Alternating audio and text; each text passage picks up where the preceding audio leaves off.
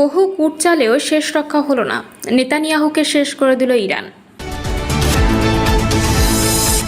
বুধবারের মধ্যে চুক্তি না করলে ইরানে আবার হামলা শুরু। ইরান যুক্তরাষ্ট্র যুদ্ধ কি আবার শুরু হচ্ছে? আবারও লোহিত সাগরে জেরাল্ড ফোর্ড, আসছে বড় যুদ্ধ।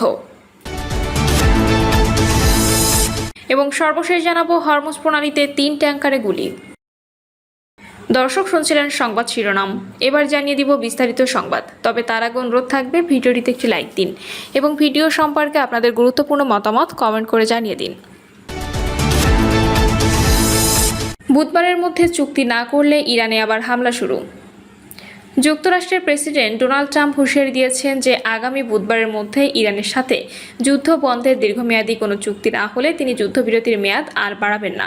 এয়ারফোর্স ওয়ানে থাকা সাংবাদিকদের সঙ্গে আলাপকালে তিনি বলেন, চুক্তি না হলে আবারও বোমাবর্ষণ শুরু করতে পারে মার্কিন বাহিনী।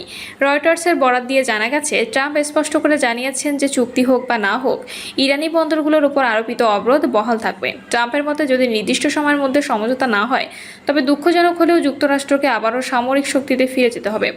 উল্লেখ্য, যুক্তরাষ্ট্র ও ইরানের মধ্যে চলমান 2 সপ্তাহের যুদ্ধবিরতির মেয়াদ আগামী বুধবার শেষ হতে যাচ্ছে।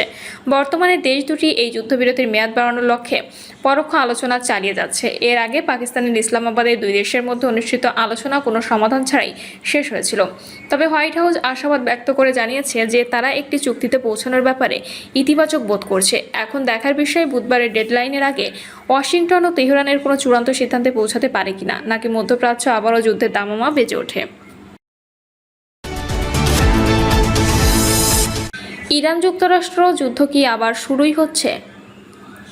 সাম্প্রতিক ইরান যুক্তরাষ্ট্র যুদ্ধ খুব অল্প সময়ের জন্য হলেও তার উত্তাপ বিশ্বজুড়ে ছড়িয়েছিল। যুদ্ধ হয়েছে মধ্যপ্রাচ্যে আর তেল ফুরিয়েছে বহু দেশের। এতটাই কঠোর এবং দৃঢ় যুদ্ধ চললে সাময়িক যুদ্ধবিরতি। আন্তর্জাতিক রাজনীতির অঙ্গনে সূক্ষ্ম আশা ছিল হয়তো পাকিস্তানের মধ্যস্থতায় যুদ্ধবিরতি গড়াবে যুদ্ধের সমাপ্তিতে, কিন্তু সে আশায় বোধহয় ঘুরে বালি। মধ্যপ্রাচ্যের বাতাসে যেন ইতোমধ্যে বারুদের গন্ধ ভাসছে। যুক্তরাষ্ট্র ও ইরান 2 পক্ষই যে ভাষা প্রয়োগ করতে শুরু করেছে, তাতে বোঝা যাচ্ছে যুদ্ধের বোধহয় আর তেমন দেরি নেই। তবে কি ইরান যুক্তরাষ্ট্র যুদ্ধ আবার শুরু হচ্ছে? শুরুটা করেছে যুক্তরাষ্ট্রই। ছাইচাপা আগুনকে উস্কে দিতেই আগুনের বৃষ্টি ঝরাতে শুরু করেছে পারস্য উপসাগরীয় দেশ ইরান। ইরানের সেনাবাহিনীর প্রধান মেজর জেনারেল আমির হাতাদিয়েই দিয়েছেন যুদ্ধের ঘোষণা। হাতা স্পষ্ট করে জানিয়ে দিয়েছেন, ইরান যে কোনো আগ্রাসনের জবাব দিতে প্রস্তুত। ইরানের সশস্ত্র বাহিনী এখনও সর্বোচ্চ সতর্ক অবস্থানে রয়েছেন। শুধু প্রস্তুতি নয়, তাদের ভাষায় ট্রিগারে আঙুল রয়েছে, অর্থাৎ যে কোনো মুহূর্তে পাল্টা আঘাত আনার সক্ষমতা রয়েছে। আমির হাতামি বলেছেন, ইরানের সেনাবাহিনী দেশটির সর্বোচ্চ নেতা মুস্তফা খামেনির নির্দেশনায় কাজ করছে। নিজেদের সক্ষমতা, আধুনিক জ্ঞান এবং আত্মনির্ভর শক্তির উপর ভর করে তারা দেশের নিরাপত্তা নিশ্চিত করতে প্রস্তুত। তার ভাষায়, ইরানের সেনাবাহিনী শুধু একটি প্রতিরক্ষা বাহিনী নয়, এটি জাতির নিরাপত্তা ও স্থিতিশীলতার আত্মত্যাগী রক্ষক। আর সেই দায়িত্ব পালন করতে তারা সর্বদা সতর্ক। তিনি স্পষ্ট করে দিয়েছেন, শত্রুপক্ষের যে কোনো আগ্রাসন বা হুমকির জবাব হবে বিধ্বংসী। অর্থাৎ শুধু প্রতিরোধ নয়, বরং আরও শক্ত অবস্থান নেওয়ার ইঙ্গিত দিচ্ছে তেহরান। এই বক্তব্যের আরেকটি গুরুত্বপূর্ণ দিক হলো মানসিক প্রস্তুতি। লোহার মতো কঠিন ইচ্ছাশক্তি, সতর্ক চোখ, এই শব্দগুলো বহু সামরিক শক্তি নয়, বরং একটি দীর্ঘমেয়াদী লড়াইয়ের মানসিক প্রস্তুতির ইঙ্গিত দেয়। এদিকে সম্প্রতি মার্কিন প্রতিরক্ষা মন্ত্রী পিট হেগসেথ ইরানকে উদ্দেশ্য করে হুমকি দিয়েছেন, ইরান যদি কোনো চুক্তিতে রাজি না হয়, তাহলে যুক্তরাষ্ট্র আবারও সামরিক অভিযান শুরু করতে প্রস্তুত। আর এই হুমকিকে ক্ষুদ্র কেন্দ্র করে যুদ্ধবিরতির মাঝে মধ্যপ্রাচ্যে আগুন জ্বলে উঠেছে। ইরানের ইসলামিক রেভলিউশনারি গার্ড কর্পস বা আইআরজিসির সঙ্গে জানিয়েছে, যতই যুদ্ধবিরতি চলুক, শত্রুর উদ্দেশ্যে ট্রিগার তা করাই আছে। অর্থাৎ যে কোনো মুহূর্তে শত্রুর আগ্রাসনের জবাব দিতে প্রস্তুত ইরানের সশস্ত্র বাহিনী। আইআরজিসির বিবৃতিতে বলা হয়েছে, যুক্তরাষ্ট্র ইসরায়েলের যে কোনো আগ্রাসনের জবাব হবে ধ্বংসাত্মক। যুক্তরাষ্ট্র ইসরায়েল ইরানের বিরুদ্ধে যে সম্ভাব্য হামলার পরিকল্পনা করেছিল, স্থল অভিযান থেকে শুরু করে নৌ অভিযান, এমনকি পারস্য উপসাগরের দ্বীপ দখলের চেষ্টা, সবকিছুই ব্যর্থ হয়েছে। মধ্যপ্রাচ্যের আকাশের বারুদের গন্ধ এখনো মেটেনি, কিন্তু রাজনৈতিক টেবিলে বইছে এক প্রলয়ঙ্করী ঝড়। ইসরায়েলি প্রধানমন্ত্রী বেনিয়ামিন নেতানিয়াহু কি নিজের পাতা জালেই নিজে আটকা পড়লেন যে ইরানকে ধ্বংস করার শপথ নিয়ে তিনি ট্রাম্পের প্রশাসনকে যুদ্ধে টেনে এনেছিলেন। সেই ইরানই কি এখন মধ্যপ্রাচ্যের নতুন ভাগ্য বিধাতা হতে যাচ্ছে?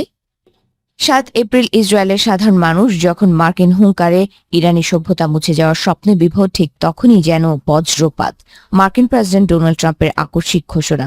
ইরানের সঙ্গে যুদ্ধবিরতিতে রাজি হয়েছে ওয়াশিংটন। যে হাতে অস্ত্র ছিল সেই হাত এখন শান্তির চুক্তিতে সই করতে প্রস্তুত। নেতানিয়াহুর 3 দশকের সাজানো ছক কি তবে এক নিমেষেই ধুলোয় মিশে গেল? ইরানি সংবাদ মাধ্যমগুলো প্রকাশ করেছে 10টি কঠিন শর্ত। ইউরেনিয়াম সমৃদ্ধকরণ চলবে, হরমুজ প্রণালী দিয়ে চলাচলকারী জাহাজ থেকে ফি আদায় করবে তেহরান। অর্থাৎ যুদ্ধের পর ইরান দুর্বল হওয়া তো দূরে থাক, বরং তারা এখন আকস্মিক পরাশক্তি হিসেবে স্বীকৃত। যে হরমুজ প্রণালীকে ইসরায়েল ভয় পেত, তার চাবি এখন সরাসরি তেহরানের পকেটে। রাজনৈতিক বিশ্লেষকদের মতে এটি কেবল যুদ্ধবিরতি নয়, এটি নেতানিয়াহুর রাজনৈতিক ক্যারিয়ারের এপিটাফ। নিউ ইয়র্ক টাইমসের প্রতিবেদন বলছে নেতানিয়াহু একাই এই যুদ্ধ শুরু করেছিলেন। লক্ষ্য ছিল ইরানের শাসন ব্যবস্থা উপড়ে ফেলা, কিন্তু বাস্তব চিত্র তার উল্টো। শাসকরা বহাল তবিয়তে, আর নেতানিয়াহুর মসনদ এখন টালমাটাল। ইসরায়েলিদের বলা হয়েছিল লেবাননের প্রতিরোধ যোদ্ধারা শেষ, তাদের নেতারা নিশ্চিহ্ন। কিন্তু উত্তর ইসরায়েলে প্রতিদিন যখন 200 ক্ষেপণাস্ত্র আছড়ে পড়ল, তখন স্পষ্ট হলো গোয়েন্দা তথ্য আর বাস্তবতা এক নয়। লেবাননে পূর্ণ বিজয়ের যে গল্প নেতানিয়াহু শুনিয়েছিলেন, তা এখন কেবলই এক হাস্যকর বিভ্রম। হিজবুল্লাহ এখন আরো সংহত এবং শক্তিশালী। নিজের দেশেও এখন খলনায়ক হওয়ার পথে ঈশ্বরের দূতখ্যাত এই নেতা। জনমত জরিপে তার জনপ্রিয়তা তলানিতে। সরকার গঠনের জন্য প্রয়োজনীয় 61টি আসন দূরে থাক, 50টি পাওয়াই এখন দুষ্কর। ডানপন্থী ভোটারদের যে সমর্থন তাকে টিকিয়ে রেখেছিল, সেই আস্থার দেয়ালে এখন বড় বড় ফাটল ধরেছে।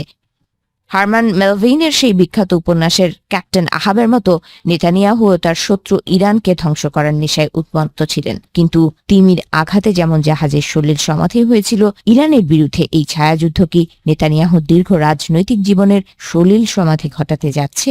প্রশ্নটি এখন আর তাত্ত্বিক নয়, বরং সময়ের অপেক্ষা মাত্র।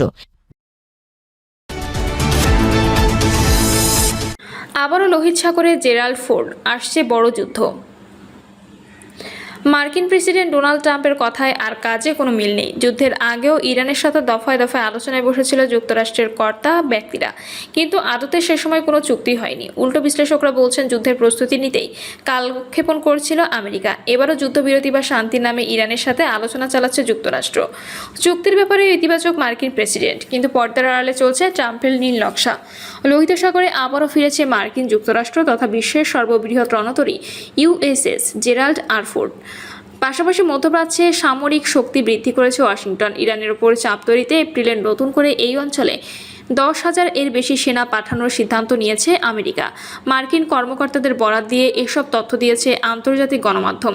জেরাল্ড ফোর্ডের ফেরার ব্যাপারে বার্তা সংস্থা এপি বলছে, বিশ্বের সবচেয়ে বড় এবং আধুনিক বিমানবাহী রণতরী ইউএসএস জেরাল্ড আর ফোর্ড আবারও মধ্যপ্রাচ্যে কৌশলগত জলসীমা সম্প্রতি পূর্ব ভূমধ্যসাগর থেকে যাত্রা করে রণতরীটি 2টো ডেস্ট্রয়ার সহ গুরুত্বপূর্ণ সুয়েজ খাল অতিক্রম করে প্রবেশ করেছে লোহিত সাগরে। বর্তমানে এটি লোহিত সাগর অঞ্চল অবস্থান নিয়ে নিজ নিজ কার্যক্রম পরিচালনা করেছে। মধ্যপ্রাচ্যে চলমান অস্থিতিশীল পরিস্থিতি এই রণতরীর নতুন করে ফেরাকে ট্রাম্পের গুরুত্বপূর্ণ কৌশলগত পদক্ষেপ হিসেবে দেখছেন বিশেষজ্ঞরা।